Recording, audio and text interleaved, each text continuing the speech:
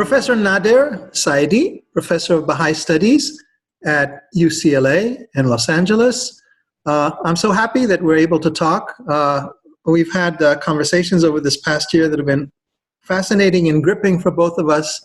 And in the absence of clergy in the Baha'i faith, I have found in you a wonderful theoretician and spokesman, an extremely learned person in the Baha'i faith. It's just a wonderful occasion for me to be able to bring Baha'i faith also into this series of Coronaspection. Thank you for making the time. Thank you very much. It is an honor to be part of this conversation. It's funny, though, this whole Coronaspection series is taking place while everybody's going through their feast cycle. I mean, we had Passover and Easter and now Ramadan. But Baha'is also, this is the holiest time of year for Baha'is. Tell us about it, first of all, so we have the context of how this sits in your time cycle. Yes, there are 12 days which are called the days of Rizwan. Rizwan means paradise, that are very important for the Baha'is, and we are right now in the 10th day of these 12 days.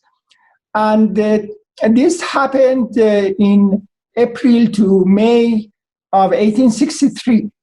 That is the time that Baha'u'llah is exiled by the Ottoman Empire from the city of Baghdad to be exiled to a remote part of the Ottoman Empire. Baha'u'llah stayed in Baghdad. Baha'u'llah is the founder of the Baha'i faith. He stayed in Baghdad for 11 years. And that was also an exile, namely the Iranian government and the Iranian clerics didn't want Baha'u'llah to be in Iran, so they exiled him to the Ottoman Empire. And the assumption was that this would extinguish the fire of the new faith and would silence him. What happened was the exact opposite, namely the 11 years that Baha'u'llah was staying in Baghdad became a time of exaltation of the new spiritual movement. And the people even in the city of Baghdad, the officials, the intellectuals, and so on, they became very attracted to Baha'u'llah and his message.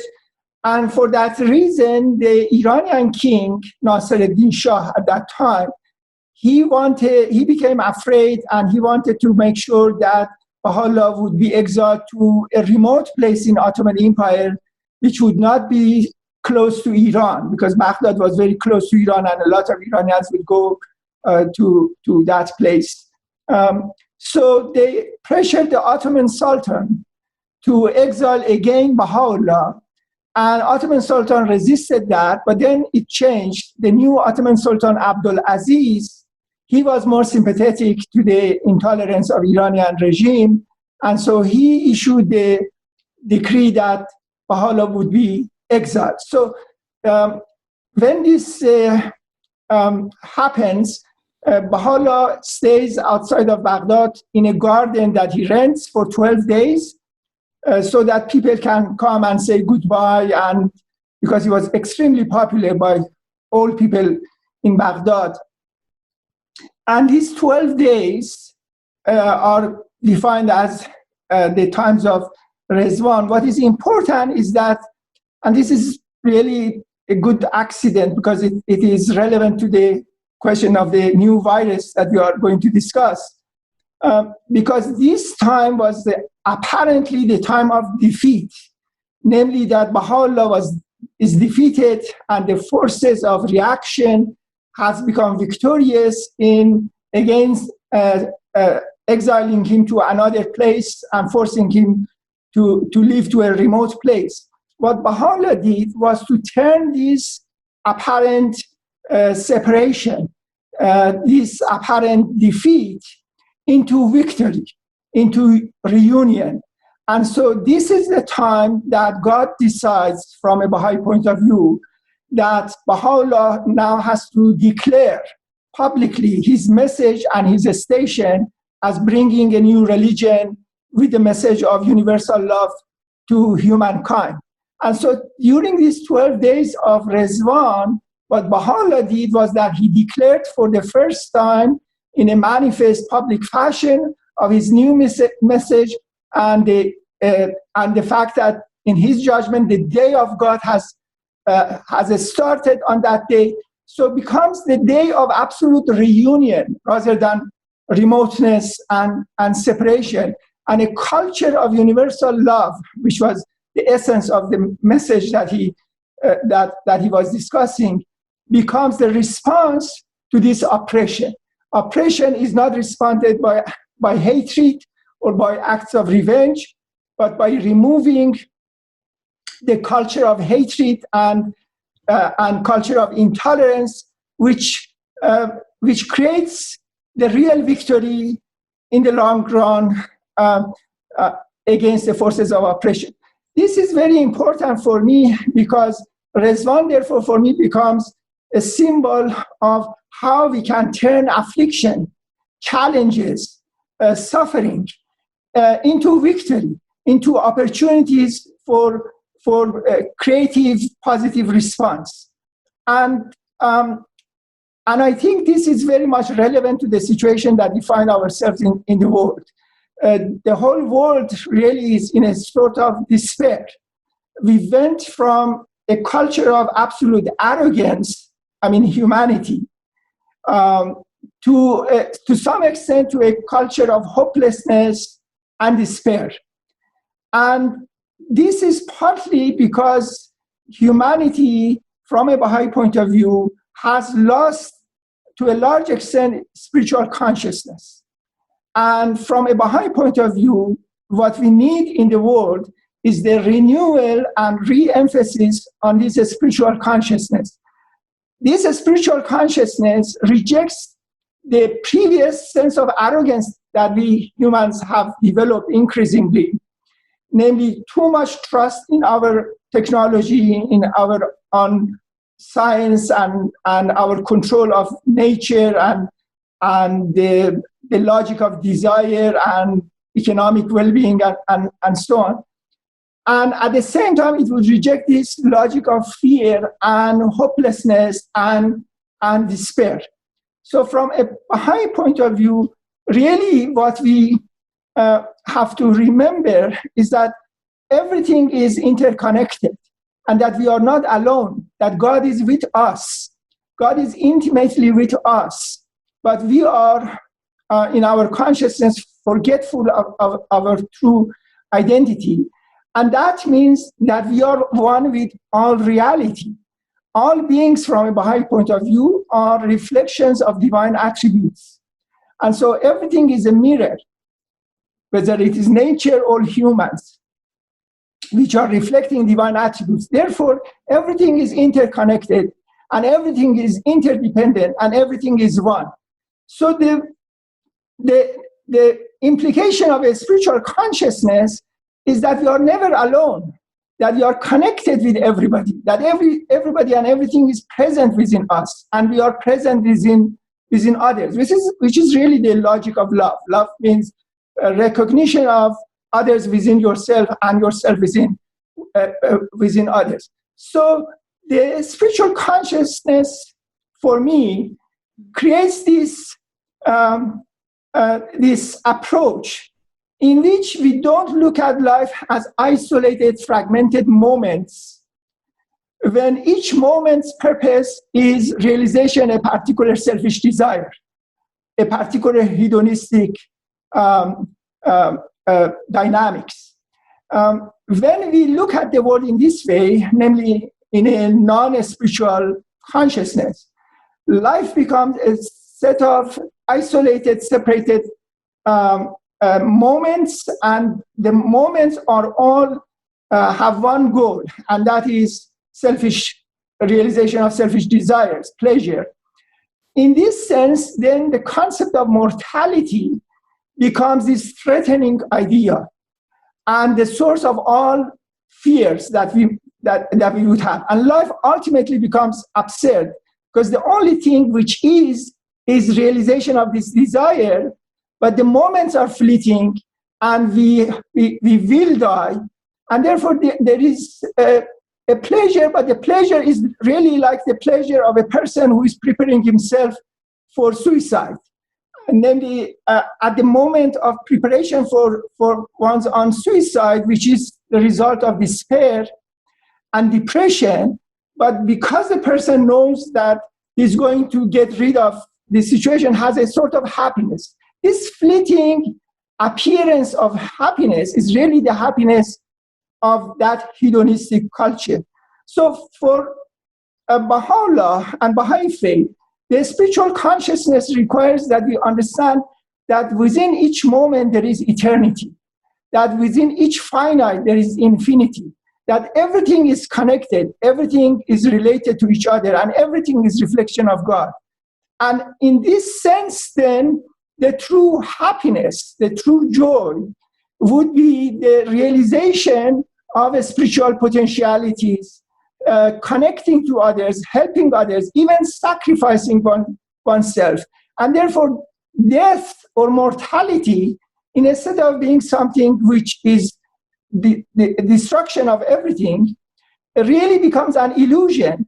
You don't have to wait for the next world, although Baha'is believe in the next world, a spiritual world, not a material world.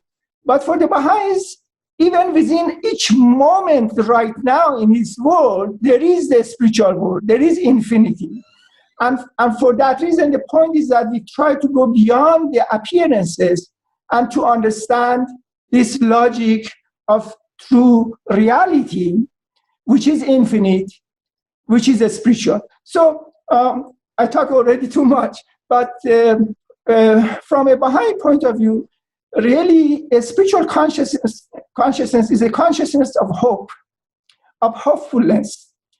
When we become separate from everything and separate from God, and we become this isolated entity defined in terms of logic of desire, life becomes just a strategy of maximization of selfish desires.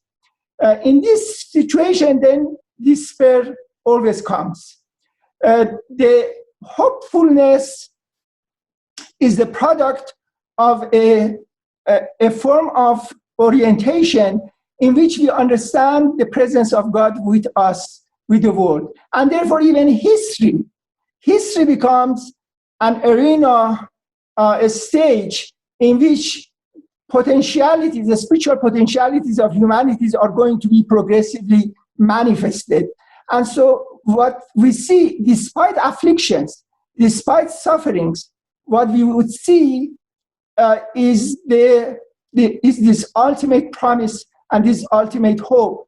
And even if we have to be sacrificed, self-sacrifice ourselves in this situation for this spiritual reality, that would be a matter of contentment and happiness. These are, of course, very general statements, and these are in accordance with all spiritual traditions. All spiritual traditions have taught us that it is through attachment, dependence on material things, on material moments, that really suffering would be created. And so the sense of detachment from any particular desire, and yet this universal love and unity with all beings and with God, that becomes the source of true happiness. So this has really been a tour de force, encapsulation of an entire worldview in a 5-minute discourse. I congratulate you on your ability to condense so much in here.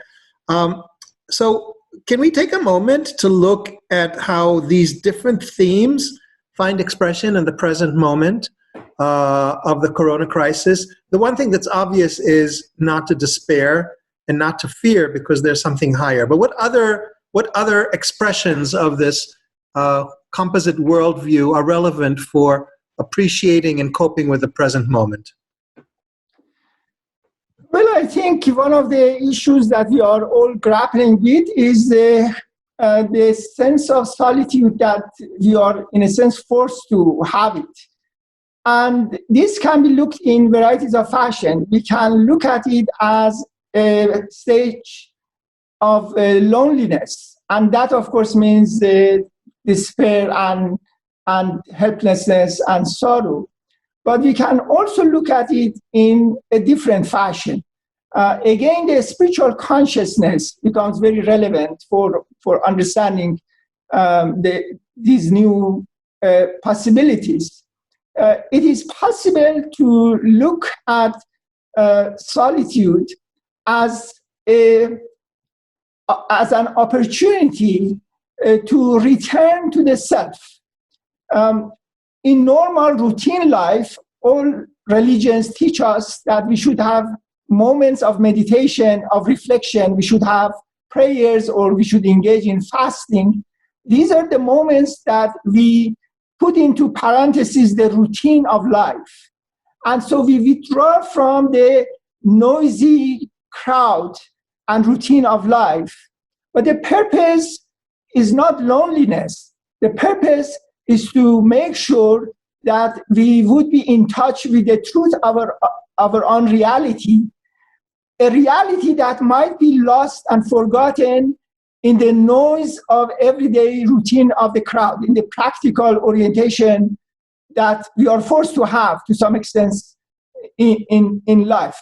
If you look at it in this way, then maybe this new situation creates also an opportunity that we have to look at it from a spiritual point of view, take it as an occasion to reflect on our own self, to reflect on God, to reflect on life, to reflect on values, our relation with the world. And therefore, this solitude becomes the reality of unity and togetherness. A very important aspect, in my judgment, of such an opportunity is to overcome varieties of forms of dependence that we develop through routine life.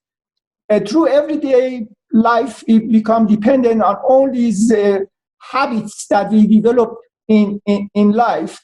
For example, I'm very much dependent on coffee. It's not a very harmful dependence, but the very fact of dependence is not a good thing. Of course, the extreme forms of dependence becomes addiction to varieties of things and so on, which really turns us into an object which is controlled by external forces, and we completely forget the nobility and greatness and wonder of our own being as a reflection of God, as an image of God.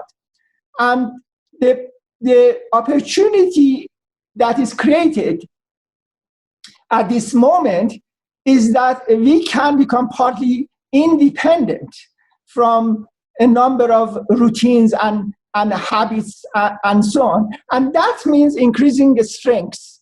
That means increasing autonomy and power. So it can become a moment of empowerment.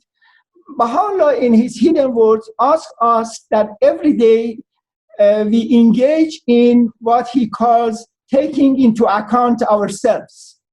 Namely, we have to look at that particular day and in general our life, and to see what we have done, what we have failed not to do, and contrast and measure the actual life that we have in terms of spiritual values, in terms of potentialities that we have, the God-given bounties that God has given us. And that, therefore, becomes an occasion for a better future. One of the most important ethical moral principles of Baha'u'llah is that in his Tablet of Wisdom, he says a number of moral statements. One of them is, I'm paraphrasing, is that he says that make your tomorrow better than your today, and make your morning better than your night. So the idea is that we have to, as a spiritual being, we are not a dead, static object. We are a living entity. In spiritual traditions, God is defined as a living God. God is living because God is not dead. God is not static. And we also, as a spiritual being, should be defined in terms of this dynamic reality. And realization of the divine gift within us. And that means a spiritual progress and so on. I believe that the solitude that is forced upon all of us during these times also creates this opportunity to a large extent to meditate upon our life, our relations with others, relations with the world, and so on. And this can become a creative response and the opportunity to enrich our life when we go back to a more routine life. Even within this moment, it is important that we would be conscious of the needs of others. In particular, at this time, there are certain groups of people, particularly the elderly, that might be in a situation of extreme needs. And it is not just the duty of a state and social institutions to take care of these needs. Every individual should feel responsible for helping. One of the writings of the Bab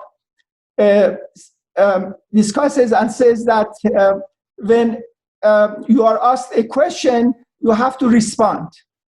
And then he explains this, and he says that the meaning of this is that it becomes a symbol that whenever any person has a need and is asking you, that you feel responsible to do your utmost in order to fulfill that. And then he says that a truly spiritual person doesn't wait for a person to ask for help, rather looks at the language of the situation of that person, of the conditions of the home of that person. And if the condition of life, the situation of that person is speaking to you and is asking for help, expressing a need, it is your spiritual duty to affirm and respond. So the question of responding, when you are asked a question, you have to respond, then it becomes the occasion for this wonderful general spiritual approach in which you feel responsibility to all humanity. And so for me, this also again becomes a wonderful opportunity that we become aware and conscious of the needs of others, not to become a narcissistic person who is only concerned with my needs right now, my fears right now, whether I'm going to die or not, and then panic and become really a miserable object. Rather, discover your divine power and your sense of responsibility and your connection to others, and try as much as we can to help those who are in need. So we started with paradise. And when we're talking about paradise and this being a festival of paradise, it flashed through my mind, yeah, but right now the world is hell for many people. I didn't say that, I'm saying it now. Then you basically took us on a journey from fulfillment of selfish desire to responsibility for others. And that's the responsibility of the spiritual growth. So I want to put those two things together and share with you a little story. I don't know what its origins are. You may have even heard it. This man, I know the story is told in a Jewish context, but it's not necessarily Jewish. So this man goes to heaven after his death, and the angel asks him, you want to go to heaven? You give me a tour. So he gives him a tour of heaven, he gives him a tour of hell. He gives them a tour of hell, and he sees a wonderful room, beautifully decorated, 5-star, 20-course buffet. People are sitting there, and the problem is, though, that the forks are very, very long, and they can't get the food into their mouth, but the food, everything is great. He says, let me see heaven. He goes to heaven, and he sees, same situation, same food, same tables. So he says to the angel, what's the difference? He says, look closely. So then he sees, what are people doing in heaven? Everyone is feeding the other. They use the long fork that they have. They can't get it into their mouth, but they're getting it into the mouth of someone else. So somehow, yeah, this sort of encapsulates these themes of heaven and hell and selfishness and service. I was struck by one thing, and this hasn't come up. I've done now more than 30 of these interviews, and you introduced earlier a theme that I hadn't heard before: self-sacrifice. We've heard the notion of solidarity. We've heard the notion of all being one. You're the first person to talk about self-sacrifice. I have two questions for you. Is this notion of self-sacrifice a central notion in your faith? And secondly, how do you see it coming to expression in the present moment? Well, the idea of self-sacrifice, yes, it is discussed as one among other ideas. It's not one central concept at the exclusion of others, but it's a very important concept in the Baha'i writings. The Bab, in his writings, he talks about light, and it's very interesting. In a very beautiful passage, he says that a candle burns itself in order to illumine others. So concept of light is the symbol of course, of knowledge, of truth. But at the same time, here light becomes symbol of self-sacrifice. And of course, in the time of the realization of the Baha'i faith in Iran, that was really the case. Namely, the public declaration of the truth of Baha'i faith, discussion of this new spiritual truth, meant that you should be willing to sacrifice your life because of the intolerance in the society, in the culture, which right now also in Iran continues to be the same intolerance. Expressing spiritual principles and ideas, expressing the truth, unveiling the truth, that means that you have to be willing even to sacrifice yourself. That's why in Baha'i writings, one of the conditions for a spiritual knowledge and investigation of spiritual truth is defined as courage. You have to be willing to sacrifice everything, because normally realization of truth or thinking independently, questioning traditions around you, questioning cultural prejudices around you, means that there would be resistance against that.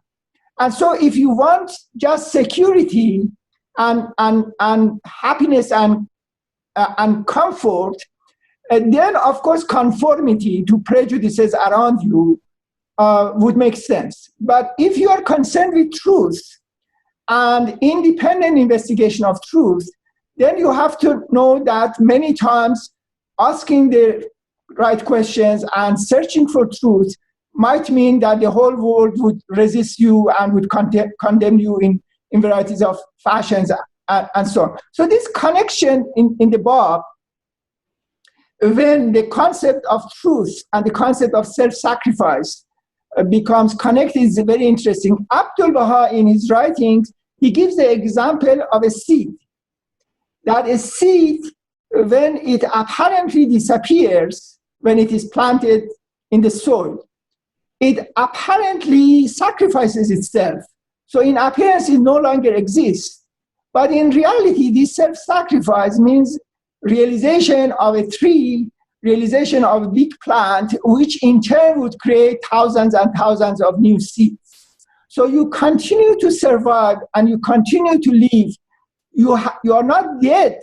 Your appearance, your isolation, your limitedness, your finite character is negated, but your truth now appears in a higher form, in a more complete form.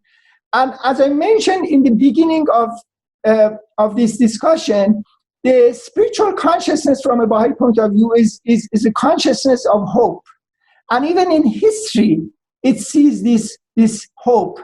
And therefore, if it is needed that in a particular occasion, that for the sake of the realization of the good of humanity and the progress of human history, the appearance of my life or my desires or my possessions and so on to be negated, that would be an affirmation of life, and it would not be a cause of despair. A very interesting point for me is this, that because I come from, I'm an Iranian Baha'i who has come to the United States, but in Iran, being a Baha'i, I was defined as impure by the Muslim clerics.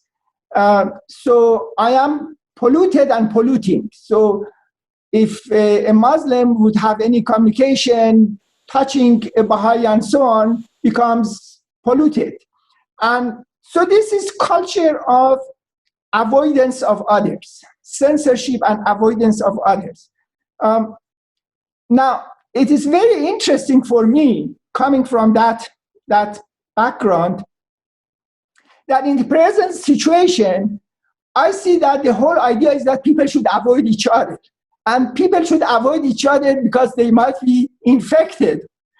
But at the same time, this is the opposite of that perspective, because we avoid others because we love the others.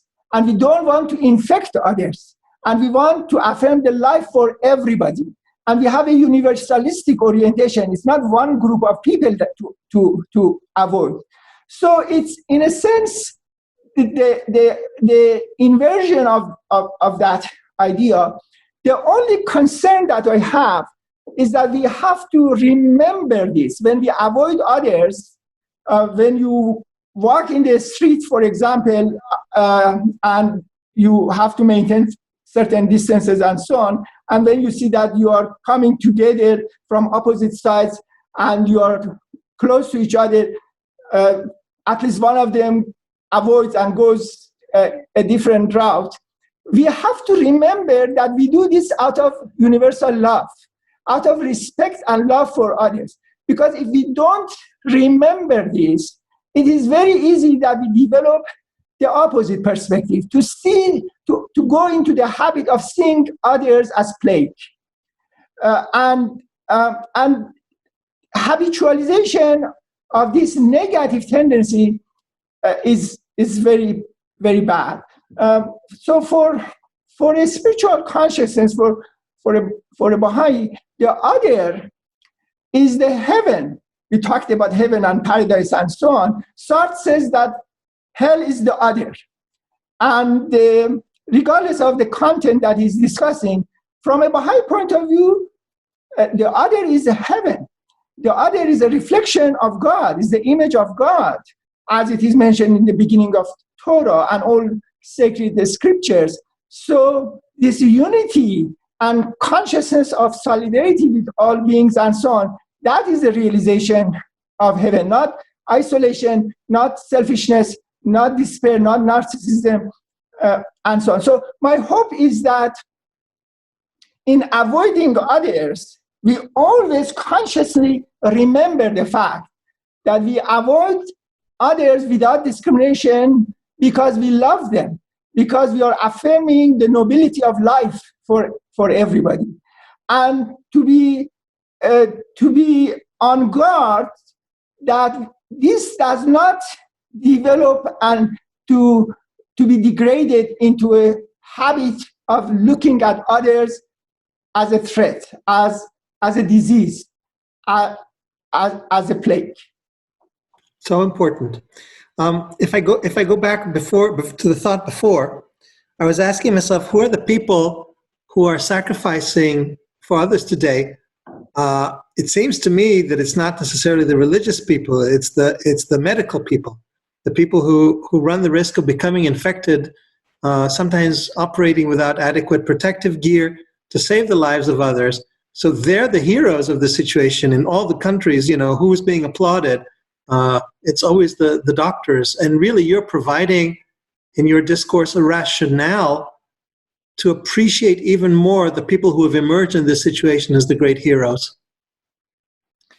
Yes, that is completely true. It reminds me of a statement of Baha'u'llah that he says, glory is not in loving your own group. Sometimes he says your own country, sometimes he says your own self. But he says glory is in loving the whole world, the humankind. And really, he's giving us a new concept of honor.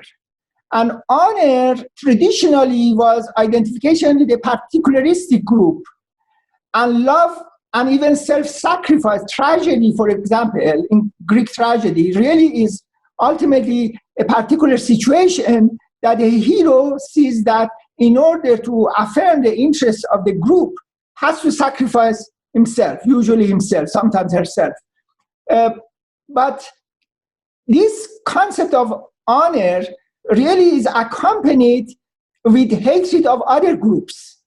And the point that Baha'u'llah, and that's why the heroes in most national cultures are these warriors who go and exploit other countries and massacre different groups of peoples, demolish civilizations, plunder people, and so on. Usually that is unfortunately the case. So for Baha'u'llah, he argues that the time has come that we redefine honor. And honor means loving the entire human race. And so action, which is based upon this form of culture, this form of attitude, is true realization of honor. And in his writing, he says that true liberty, true freedom is realized when this culture becomes the culture of society. When people think in this way, and therefore that means helping others. That means that the culture of service becomes what gives us distinction, not our amount of property or wealth or degrees or other things, but the commitment to service. And therefore, those who embody the spirit of service, these are the ones who distinguish themselves, and they should be appreciated. Fantastic. I want to go back a quarter of an hour ago, or maybe to your opening statement. You'd spoken about hope. Hope is a very important part of my own thinking and the Elijah Institute's thinking. We're trying to create a center of hope. And in fact, one of the reasons we're engaged in this process is really one of the core messages is to bring people hope during these times. It even appears at the slide at the end of each interview. We say, if this has given you hope, share that hope with others. That's what we're trying to bring. In your articulation of hope earlier, is this really a central theme in Baha'i teaching, or is it simply the way that you personally had put it together? And if so, tell us more about why hope is so central to Baha'i theology. No, it is very important, and it is actually central in the Baha'i theology. To a large extent, this goes back to the old question that in philosophy, in theology, they call it theodicy. Theodicy is the idea that why there is suffering, why there is injustice in the world, when the Creator is a just and powerful God. How we can unite these two opposing assumptions together. And so it has always been a problem in theological discourse and in philosophical discourse. In the Enlightenment, Voltaire, for example, was writing varieties of fashions to emphasize this question in order to question really the whole idea of religion and spiritual consciousness and so on. And this is, a struggle that we all have in our lives, that we see a lot of senseless suffering. And then we question, how can there be a God when all this injustice exists? So Max Weber, in his sociology, he says that all religions address two fundamental questions. One is question of salvation, namely how you can approach God and spiritual values in a more effective fashion. And the other question, he says, is the question of theodicy, namely addressing this particular question. So it is answered in so many ways. There is a life after death that that those who have been wronged would be compensated, or a dualistic view of the world, that there is a God and there is also an opposite of God, a devil, which is the soul, and other perspectives and so on. In the writings of Baha'u'llah, in his book, Seven Valleys, he talks about this question in terms of the first and the last. This concept of the first and the last are very important in the writings of Baha'u'llah. All sacred scriptures, Torah, Gospel, Quran, all of them define God as the first and the last, Alpha and the Omega. It's very important. Bhagavad Gita also in a different language affirms the same idea. Baha'u'llah takes this concept and makes it the occasion of a lot of theological new conceptions. For example, all the prophets of God become reflections of divine attributes. Therefore, all prophets of God become the first and the last. Therefore, all prophets of God are the first prophet and they are the last prophet. So that means that, for example, the Muslims believe that Muhammad is the last prophet, the seal of prophet. It only means that he's also the first prophet. Just as Jesus was the seal of prophet. Actually, the concept of the seal of prophet for the first time is discussed in the book of Daniel, that he discusses that in 70 years, the opportunity would be given to the people to go beyond transgressions and so on. And it says that the prophethood would be sealed. So in this sense, prior to Quran, the concept of the seal of prophet is discussed about the previous sacred figures. And so, in a sense, the first and the last becomes the affirmation of the unity of all religions, the unity of all prophets, and that we have to go beyond looking at other religions as strangers or as expressions of false ways, rather to look at the common truth of all religions, that they are one and the same. But he also discusses in his book Seven Valleys this concept of first and the last, in order to discuss the question of suffering and the question of theodicy. He says that a person who is in low spiritual station would always look at the first, but never looks at the last. Looks at the present situation and the afflictions and the pain that this person is seeing in the world, but doesn't look at the consequences, the context, and the totality in terms of history and in terms of the whole life and so on. So sees the first but doesn't see the last. And therefore, the perception of this person is constantly one of lamentation, one of despair and hopelessness. Then he says that there is a station that one sees both the first and the last. And he gives a story in that book that this lover is looking for his beloved and has lost the beloved and now has become almost crazy, wandering in the streets, and the watchman sees him and thinks that he's a criminal, so pursues him, and he runs away till comes to a place that there is the wall and he cannot go anywhere else. So he climbs up the wall and throws himself to the garden behind that, and there he sees his beloved that is walking there. So the Baha'u'llah says that this lover, when he was looking at the first but was not looking at the last, was complaining to God that, God, this watchman is the angel of death that you have sent to me, and why you have done that.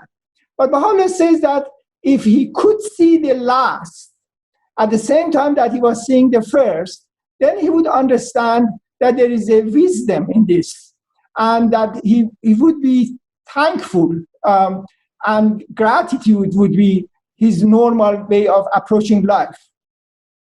And then he says, but people in higher spiritual stations go beyond this. It's not that they see the first and they see the last. Namely, they look at the world and events as interconnected. They go even one stage higher. They see the first and the last as one and the same. Namely, they look at the spiritual truth behind the appearances. And then, in that sense, there is nothing but joy. And he says that even people would go beyond that to a situation that they see neither firstness nor lastness, and they go beyond. It's a very interesting, these stages that he talks about. So this question becomes part of his principle, by principle of a spiritual consciousness, and the connectedness and the unity of all beings. And this self-sacrifice can take so many forms. Life is sacred for Baha'i faith, so nobody should intentionally put oneself in a situation of danger. But at the same time, one has to be conscious of the totality of life, totality of human history, totality of the order. And in that sense, sometimes sacrificing your interest, sacrificing even at times your life and so on, becomes really realization of your being in a higher form, in the form of totality, in the form of reality. That's the moment that I said that the moment in truth is the eternity. Let's draw the circle back to hope. The hope is that from this particular point of view, that both at the realm of nature, in the realm of nature, we see a lot of violence. Struggle for existence at the level of nature means really a sense of complete injustice and so on. But when you look at the totality of that, the system, even a struggle for existence at the level of nature, becomes a system of ecological balance and affirmation of life. So even in a situation that apparently everything is evil, everything is difficult, you find hope. And the hope is that you understand the connection among everything. And then at the realm of history and historical life, a Baha'i perspective is that history is the realization of divine purpose through the activities of the people who are embodiments of divine attributes. So realization of these divine attributes of humans takes place through history. And therefore, history is defined by some sort of a spiritual progress. It's not a set of absurd, fragmented events. Rather, hope becomes the fundamental category. So future, Baha'is are very hopeful in terms of future. People at times might look at the condition of the world and become very disappointed and disillusioned and think that everything has gone bad and there is no hope. For a Baha'i, he sees the future of humanity as a realization of the kingdom of God in a new way.